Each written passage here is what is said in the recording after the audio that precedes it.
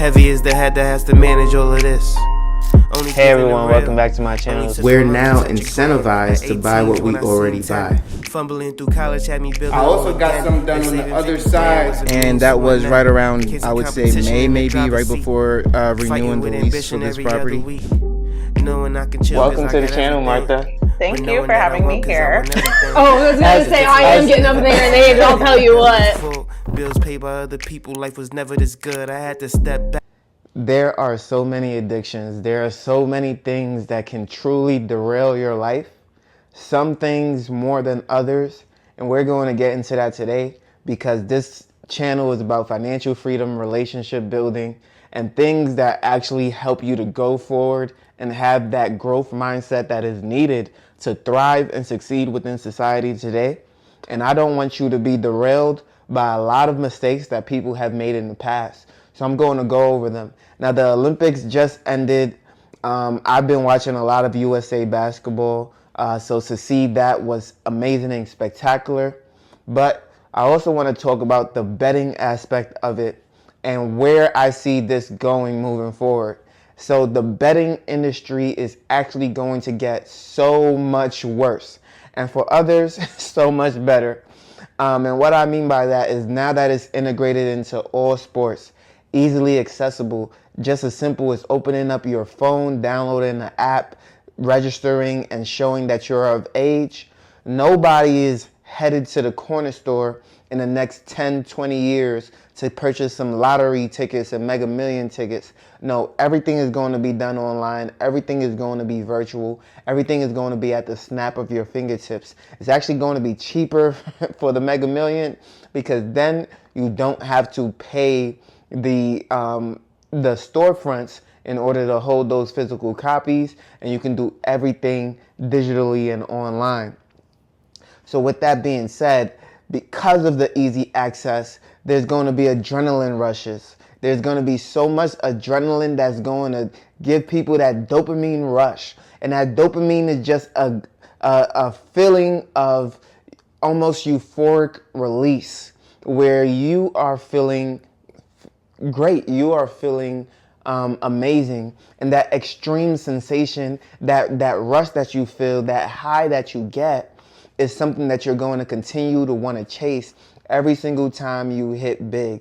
So for example, the same thing that I tell you with options trading is to not do options trading because you're basically betting whether it goes up or down. You may be betting on a spread.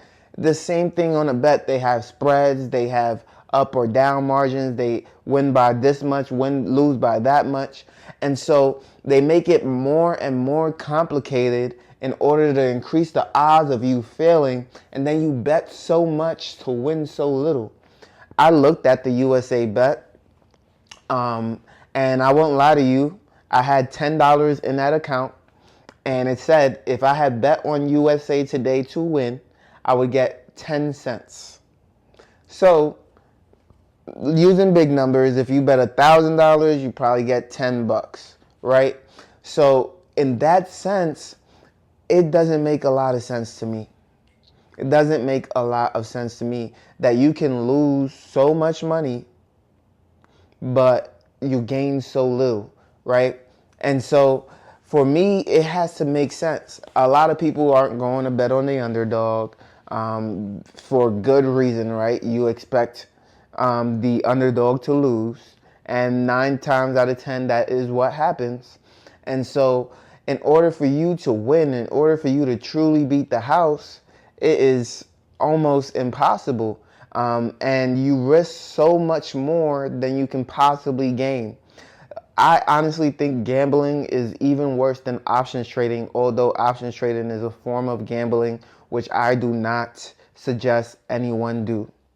All right? So, with that being said, is gambling going to make you broke? Is gambling going to derail you from financial freedom? The answer is it really depends. I have family members who are very successful, have big houses and big families, but they do options trading. But Their options trading wasn't even as bad as what I was doing when I was options trading. When I was options trading, I was doing $3,000, $4,000 trades. But I have a family member who only does $50 trades, like options trades with $50. And their goal is to make $50 a day and get out, or lose $50 a day and get out. So although they're getting that adrenaline rush, they're getting that high, they're not keeping themselves in that market. They're not risking it all just because they can, right? When someone loses $1,000 and they have 10,000 to play with, they're going to say, I need to get that $1,000 back. And so they keep risking, they keep swinging big, they keep swinging and swinging and swinging. And eventually it just absolutely crushes them. It just does not work out. It is so easy to lose $1,000 when you're starting from 10 grand, but it's so much harder to gain $1,000 when you have 9. Does that make sense? So as soon as you start to lose, you start to lose big, because you're chasing that money back and then some. And it is absolutely just harder because you have less money to build that ground back up with. You have less money to get back to square one with. And so, I've seen and heard so many millionaires talk about gambling, talk about betting, and honestly, they talk about all the wins. Oh, I made 50 million here, I made 10 million here, but they don't talk about how much they've lost either, right? They talk about casinos being upset that they walked away with $1 million today or $2 million today, but how much did you lose as well? How much did you lose? Did you lose 8 million? Did you lose 10 million? I can tell you right now that I am up $40 on the casino. 40 whole dollars. You know why? Because I knew when to stop. I've been to the casino probably 4 or 5 times since I moved out here, and I'm up 40 good dollars. Okay? So could I have made more? Sure. Could I have lost a lot more? Absolutely. But what I decided to do is, when I go, I put in 40 bucks and I continue to bet until I gain about 10 bucks or 20 bucks, and then I walk away. I just walk away. So once I get my little $10, $20, I walk away. And that's it. So whether I lose 20 and I'm down and I'm only up $20 moving forward from the casino, or if I gain 20 and I'm now up $60 from the casino, that is the limit. I don't go to the casino because I want to become a multi-millionaire through the casino. No. One time I was invited for a birthday. Another time I was out with a lady on a date. And yeah, some other times I just go out with friends and maybe we just wanted to kick it after work. But I'm not going to just continue to bet for the sake of betting because I want to be cool or whatever. No, I just, I stop when I believe it's time to stop. And guess what? I've never lost money at a casino. And, that's something that I'm proud of saying because it does happen to a lot of people. So I do believe that it does hinder the majority of people because there is no discipline. People do lack discipline. People do lack the understanding of when to get out of gambling, when to get out of betting. And they're going to continue to risk the entire farm. They continue to risk everything in the hopes that they strike big, and they don't know when to stop. Let's say you make 500. Let's say you make 1,500. When do you stop? Do you stop when you get to 5,000? No, right? And so that 1,500 can dissipate all the way to 300, and then maybe you smarten up and say, you know what, I'm gonna walk away with this $300, or maybe you don't, and then you end up losing more money than what you came in with. And so, they always say the house always wins. I am someone who is an avid fan of history, and history does repeat itself. Don't go in there expecting to make money, right? Do not go in there expecting that you are simply the one of one that is better than everyone else that goes to the casino, anyone else that gambles, anyone else that bets online. thinking that this is what is going to make you extraordinarily rich. I don't know a YouTuber out here, I don't know a millionaire out here that said they got rich by playing the casino, only starting with $1,000 and made 2, 3, 4 million. I don't know anyone out here who did that. And so, I say all that to say, you can bet it all. You can risk it all if you like. But the outcome is probably not going to be in your favor. It's probably not going to be in your favor. I put it like this. Would you bet your mortgage or your rent for a month at a casino? At any point in time, the luckiest you've ever been, would you bet that at a casino? If the answer is no, you probably should not be doing it with the hopes of making money. Betting online, if you're starting to feel that adrenaline rush, if you're starting to feel that addiction kick in, start to kick the habit. Start to kick the habit, because it's going to derail your financial freedom. And I do have to talk about this because this is something that is not necessarily talked about by financial influencers. And it is a sad thing to see that really does afflict a lot of people. Addictions don't only come from gambling, it also comes from drug abuse and things of that nature as well. Now, marijuana is now legal in many places, but 10% of people, although it's a low number, 10% of people do get addicted to marijuana. And so if you're a part of that 10% and you believe that it's holding you back from achieving the things that you want to achieve, start to seek that help, start to seek, the assurance and assistance that you need in order to kick that habit so that you can be the best person that you can be. And so I talk about this today because, I was just watching the Olympics, watching the bets, watching all of that stuff. And I'm just seeing where society is headed, seeing where society is going, knowing that, this is going to be something for years to come. And then I'm also going to look at the stock market and see if there's any stocks that are betting stocks that I can start to invest in, like a DraftKings or a sportsbook.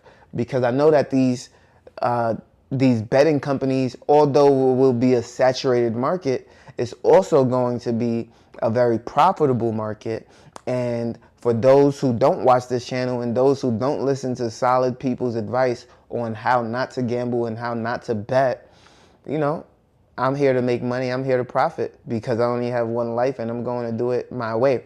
Now, shifting into something completely different, people have been talking about more environmentally friendly stocks. And so I do know that my generation and Gen Z and Gen X, they're starting to shift into stocks that they believe in from an ethical standpoint. And so someone like me who might invest in a betting stock is not going to align with those ethical beliefs, but I align with people who want financial freedom and are looking to make money. So if you don't agree, if you don't love this stock, then you should not invest in those companies. But I also want you to be aware of the changing times and what people are going to be investing in, because people are looking for more electric-friendly, eco-friendly companies and stocks. Companies that are, emitting less greenhouse gases, less gases entirely, companies that are just more environmentally friendly overall. And we're starting to see that change in a lot of companies as well. A lot of these automakers are really trying to decrease those emissions. Amazon decreasing those emissions as well. And so, over the years, this might also be a big factor contributing to how the value of a company is held in the stock market, because people are going to want to know that you're not hurting the environment in which we all live, and that they're not investing in a company that is absolutely hurting us as a whole. Now, do I believe that that is very important? In the grand scheme of things, yes, but in the business sense, no. And the reason why I say that is if you look at DEI is no longer important to most companies and most businesses. Google has gotten rid of it. Many other companies have gotten rid of it. And many schools and colleges have gotten rid of it because they realize that this is not what makes them money. This is not what makes them money. This is not going to bring more revenue to their schools. This is not going to bring more revenue to their businesses. This is not giving them any extra sponsorships or endorsements. And so they're focused on profitability over everything, especially in this high interest rate environment where they cannot afford to be spending money recklessly on things that may not necessarily align with their own political and ideological beliefs, but more so just the morality standards of the society in which we live in today. And so Google and all these other companies are starting to figure out that, hey, we don't have to bend right now to all of these beliefs and ideologies. We just have to go ahead and be profitable and make sure that our shareholders are happy with the decisions that we make, right? And so we're starting to see a more conservative push on the business standpoint for profitability more than anything else, more than a liberal push for diversity, equity, and inclusion and everything that is being done. So, this is, a interesting turn of events that we will continue to monitor and see what transpires over time. But right now, I believe that everybody is truly buckling down. They're truly starting to feel the heat. There's not so much excess money for everyone to be going out here protesting as if that's all they got to do today. No, people got to go back to work. People actually got to work again, and so they don't have time to just be out here doing whatever. And so right now is really the time to invest, save, and prepare yourself for the opportunities coming when interest rates do start to get lowered and start to go back down, which I do believe we will see in this last quarter in 2024. So if you like this video, make sure you leave a like, comment, and subscribe to the channel. I post every single day at 8 a.m. daily on YouTube and on Rumble, and I can't wait to see you in the next one. Peace.